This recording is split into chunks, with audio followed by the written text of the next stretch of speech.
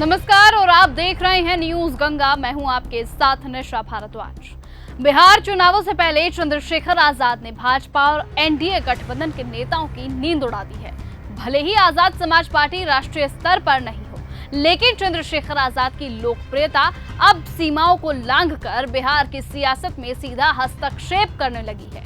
40 सीटों पर उम्मीदवारों के प्रत्याशियों का ऐलान करके चंद्रशेखर ने न सिर्फ चुनावी जंग का ऐलान कर दिया, बल्कि भाजपा के दलित वोट बैंक पर सीधा वार कर दिया है। भाजपा के पास ना कोई मजबूत दलित चेहरा है, ना कोई ऐसा जन नेता जो चंद्रशेखर के जैसी आक्रामकता और जमीनी पकड़ रखता हो। ऐसे में अब भाजपा को अपनी ही सहयोगियों यानी चिराग पासवान और जीतन राम मांझी की मदद पर निर्भर रहना पड़ सकता है, जो खुद अपनी सीटों और सम्मान को लेकर भाजपा को आंख दिखा रहे हैं। तो वहीं चंद्रशेखर आजाद की चाल सबसे ज्यादा खतरनाक इसीलिए है क्योंकि उन्होंने सिर्फ दलित ही नहीं बल्कि अल्पसंख्यक समुदाय को भी साधने का काम अब शुरू कर दिया है।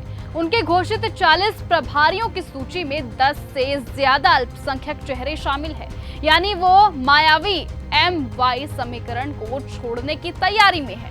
ये वही समीकरण है जिससे अब तक RJD का किला मजबूत माना जाता था, लेकिन चंद्रशेखर आजाद की एंट्री ने अब समीकरण को त्रिकोणीय बना दिया है, जहां दलित, मुस्लिम और युवा वोटर्स तीनों को एकजुट कर लेने की रणनीति RJD और बीजेपी दोनों के लिए टेंशन का कारण बन चुकी है। तो वहीं बीजेपी को ये बात अच्छे से अब समझ आ रही है कि चंद्रशेखर आजाद की राजनीति अब सिर्फ नारेबाजी नहीं रही, वो अब संगठन, रणनीति और सोशल बेस की एक ताकतवर मशीन बनते जा रहे हैं। इसीलिए अब लोग कह रहे हैं कि जिस तरीके से अब बीजेपी सरकार उन्हें बार बार नजरबंद कर रही है, उनके खिलाफ जिस तरीके से बीजेपी एजेंडा सेट करने में लगी है, वो हो सकता है कि इसी वजह से डरी हुई है, क्योंकि चंद्रशेखर आजाद की लोकप्रियता लोगों में बढ़ती जा रही है और लोग उनका साथ दे रहे हैं। तो वहीं उनके पीछे चुनावी अनुभव, जहां ASP के उम्मीदवार तीसरे नंबर पर मजबूत स्थिति में रहे, ये संकेत दे रहे हैं कि अगर इस बार थोड़ा भी वोट प्रतिशत बढ़ा तो बड़ा नुकसान उन्हें दलों का होगा जो अब तक दलित मुस्लिम वोटों की कंफर्म सीट माने आए हैं। तो वहीं अब चंद्रशेखर ने भी साफ कर दिया है कि वो किसी भी गठबंधन का हिस्सा नहीं बनेंगे, वो अकेले चुनाव लड़ेंगे और यहीं से शुरू होती है भाजपा की असली परीक्षा। भाजपा के सहयोगी पहले ही सीट बंटवारे को लेकर तल्ख हो चुके हैं। चिराग पासवान कभी एनडीए के साथ दिखते हैं तो कभी अलगाव की बात करते हैं। मांझी भी जितनी सीटें चिराग को उतनी हमें जैसे तेवर दिखा चुके हैं। ऐसे में तीसरी धुरी बनकर उभरे चंद्रशेखर आजाद भाजपा की पूरी रणनीति को तहस नहस कर सकते हैं। वो दलितों को अपनी सत्ता दिखा रहे हैं। उनके इस मिशन में उन्हें ना युवा वर्ग रोक सकता है, ना ही जातिवाद समीकरण। और यही वजह है कि भाजपा की चिंता अब सिर्फ जीतने की नहीं बल्कि कहीं बुरी तरह कटने की हो गई है।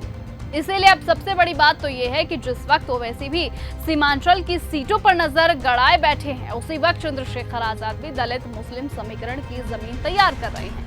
ऐसे में बिहार का चुनाव सीधे तौर पर 2 नहीं 3 ध्रुवों की लड़ाई में तब्दील होता दिख रहा है और इसीलिए इस नई लड़ाई का सबसे बड़ा सरप्राइज फैक्टर है चंद्रशेखर आजाद। आपको बता दें कि उनके समर्थक ये ऐलान कर चुके हैं कि अब बिहार के अगले मुख्यमंत्री चंद्रशेखर आजाद होंगे। जिस तरीके से उनकी लोकप्रियता बढ़ती जा रही है, लोगों में उत्साह है कि वही चंद्रशेखर आजाद को मुख्यमंत्री बनाकर रहेंगे। लेकिन आने वाला वक्त बताएगा कि क्या सचमुच चंद्रशेखर आजाद अपनी जीत हासिल कर पाते हैं, क्या वो सत्ता पर अपना नाम लिख पाते हैं, क्या वो मुख्यमंत्री की कुर्सी छीन पाते हैं नीतीश कुमार से। फिलहाल आज की इस खबर में सिर्फ इतना ही। देश और दुनिया के तमाम बाकी खबरों से ऐसे ही जुड़े रहने के लिए आप बने रहिए और ऐसे ही देखते रहिए न्यूज गंगा। नमस्कार।